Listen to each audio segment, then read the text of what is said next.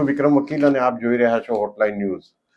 સુરતમાં એક diamond company છે, એનું નામ છે ટૂંકમાં એસઆરકી અને આખું કહીએ તો શ્રી રામકૃષ્ણ એક્સપોર્ટ, અને એના માલિક છે ગોવિંદ ધોળકિયા. ગોવિંદ ધોળકિયાને પબ્લિસિટીનો ખૂબ શોખ છે. વારંવાર સમાચારમાં ચમકવા માટે બધા કઈ બી તિકડમબાજી કરતા રહે છે, અને સરકાર પણ એમના પર મહેરબાન છે, એટલે એમને રાજ્યસભામાં મોકલા છે. રાજ્યસભામાં જઈને શું ઉકાળ્યું છે અમને અત્યાર સુધી કોઈ રેકોર્ડ પર આવતું નથી.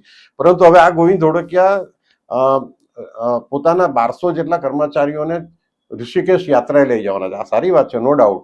અને એને માટે એમણે 24 ડબ્બાની એક ટ્રેન પણ ભાડે કરી છે, અને એમાં બધાને ફેરવશે. મહિનો 15 દિવસ જેટલો સમય હશે.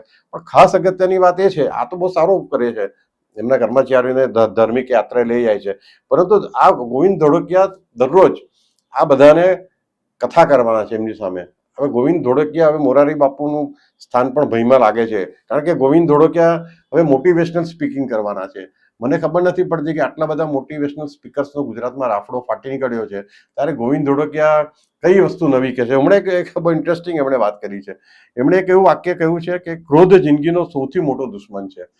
આ વાક્ય અગાઉ પણ ઘણા બધા કહી ચૂક્યા છે, એવું નથી લાગતું આમનું ઓરિજિનલ. અને જે અસત્ય બોલવું ખોટું છે, પાપ છે, એવું કહો તમે કહો તો તમે બહુ મોટા મોટિવેશનલ સ્પીકર નથી બની જતા, અને તમે નવું પણ કંઈ નથી કહેતા. હવે ક્રોધ કોઈ એમ તો નહીં જ કે ક્રોધ કરવો બહુ સારો છે.